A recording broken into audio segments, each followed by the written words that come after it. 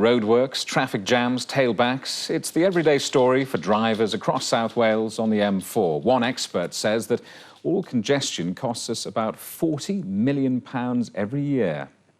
40 years ago, the M4 was a giant of its time, a piece of 1960s engineering built for 1960s travel. These days, the traffic's changed, but the M4 hasn't changed much. Look at this. I mean, this is crazy. I mean, that is absolutely crazy. Every one of those people are going to be stuck there for at least an hour. For people like business consultant Janet Harris, every minute spent in congestion costs her money. I missed out on a function last week because I had to go down to a meeting with our marketing manager down to Cardiff. And because it took so long to get back, by the time I dropped her back, it was 5:15. There was no way I was going to be able to get back to the meeting again in Cardiff at 6. So I just went home.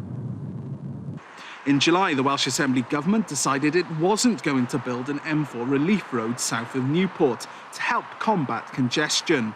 Instead, they want to spend millions sending traffic down Newport's southern distributor road and then along a private piece of dual carriageway through Llanwern Steelworks.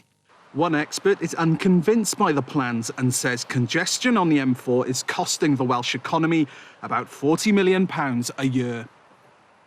I think in the longer term, there's no doubt an M4 relief route needs to be constructed. When we reinvigorate the scheme, I cannot be certain, but I cannot imagine in the long term we can do without an improved M4 around Newport. Even with the best will in the world, you couldn't have actually started that relief road for at least 5 years and probably not completed until 2017 or 18. So, I mean, in terms of time, you know, it wasn't really the answer in the short term. There could be roadworks on the M4 in South Wales for up to 4 years.